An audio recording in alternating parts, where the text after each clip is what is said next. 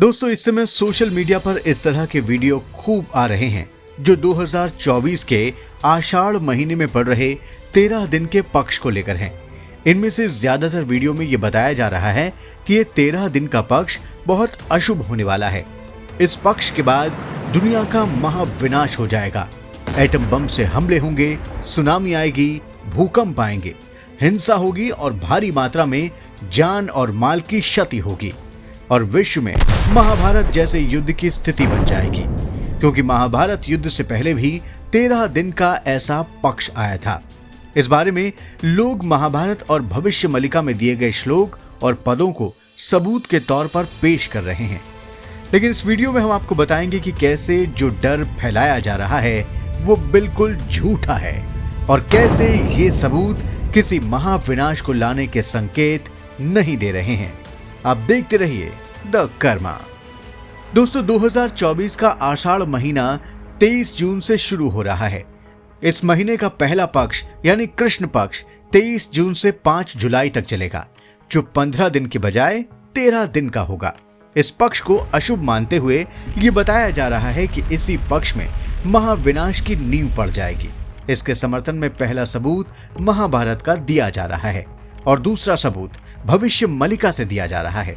सबसे पहले बात करते हैं महाभारत की। तो आपको बता दें कि महाभारत में महाभारत युद्ध से पहले जिस 13 दिन के पक्ष की बात की गई है उस पक्ष में और 2024 के 13 दिन के पक्ष में 13 दिन के अलावा कुछ भी एक समान नहीं है। दोस्तों, आपको बता दें कि महाभारत के भीष्म पर्व में महाभारत के युद्ध से पहले आने वाले 13 दिन के पक्ष के बारे में बताया गया है। तो दोस्तों, आपको बता दें कि 13 दिन का वो पक्ष कार्तिक मास में पड़ा था, न कि आषाढ़ मास में।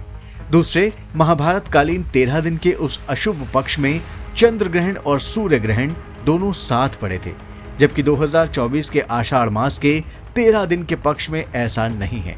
इसके अलावा महाभारत काल में एक राशि पर रहने वाले बृहस्पति ग्रह और शनि ग्रह त्रियक वेद से विशाखा नक्षत्र के करीब आ गए थे। इसके अलावा त्रयोदशी तिथि को राहु ने चंद्रमा और सूर्य दोनों को ग्रस लिया था। दोस्तों, इनमें से कोई भी ग्रह स्थिति 23 जून से 5 जुलाई तक पड़ने वाले 13 दिन के पक्ष के साथ नहीं है। इसलिए ये कहना कि 5 जुलाई के बाद दुनिया में महाभारत जैसे युद्ध की स्थिति बन रही है वो सही नहीं है। अगर भविष्य मलिका को सबूत के तौर पर पेश करने की बात करें तो कुछ भी दावा करना ठीक नहीं है, क्योंकि मूल भविष्य मलिका को लेकर अब भी स्थिति साफ नहीं है। मूल भविष्य मलिका कहां रखी है इसको लेकर भी 100% दावा नहीं किया जा सकता है। भविष्य मलिका का हवाला देकर सैकड़ों लोग रोज वीडियो बना रहे हैं, लेकिन सभी मूल भविष्य मलिका को लेकर गोलमोल बात करते रहते हैं। अब बात करते हैं 13 दिन के पक्ष की। तो आपको बता दें कि 13 दिन के पक्ष अक्सर पड़ते रहते हैं। इसे विश्वग्रस्त पक्ष भी कहा जाता है। विश्वग्रस्त पक्ष हर 2 साल में एक बार आता है, जिसमें तिथियों के अंशों में घटोतरी के चलते 15 दिनों का पक्ष घटकर 13 दिन का रह जाता है। इससे पहले 2021 के भादो महीने में शुक्ल पक्ष 13 दिनों का ही था। दूसरी बात यह कि ज्योतिष शास्त्र में 13 दिन के पक्ष को दुर्योग काल के रूप में माना जाता है, इसलिए ये अशुभ भी माना जाता है। दुर्योग काल में प्रजा को नुकसान, रोग, संक्रमण, महंगाई, प्राकृतिक आपदा, लड़ाई झगड़ा, विवाद बढ़ने की आशंका जताई जाती है, क्योंकि ये पक्ष नकारात्मकता से युक्त होता है। इसलिए ऐसा भी विधान है कि 13 दिन तक कोई शुभ काम या कोई भी मांगलिक काम नहीं करना चाहिए। हालांकि बहुत जरूरी होने पर शुभ दिन और तिथि देखकर काम किया जा सकता है।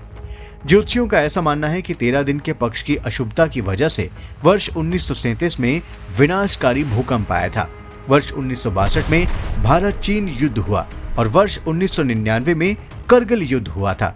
ज्योतिषियों का मानना है कि ग्रहों और नक्षत्रों की स्थिति के अनुसार ही 13 दिन के पक्ष का नकारात्मक प्रभाव कम या ज्यादा होता रहता है।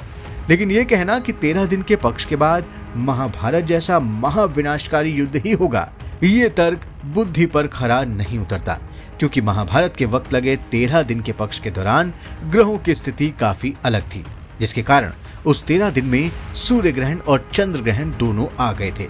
लेकिन वैसी स्थिति अभी नहीं है, इसलिए उस तरह के विकराल और महाविनाश की आशंका जताना ये भी ठीक नहीं है। दोस्तों 13 दिन के पक्ष, भविष्यमालिका और महाभारत जैसे दूसरे ग्रंथों का हवाला देकर महाविनाश और प्रलय की भविष्यवाणी करना कहां तक ठीक है? इस बारे में आप क्या सोचते हैं? ये कमेंट बॉक्स में जरूर लिखें और वीडियो पसंद आया हो तो इसे लाइक और शेयर करें और हमारे चैनल को भी सब्सक्राइब जरूर करें और हाँ, नोटिफिकेशन के लिए बेल आइकन दबाना बिल्कुल ना भूलें। धन्यवाद।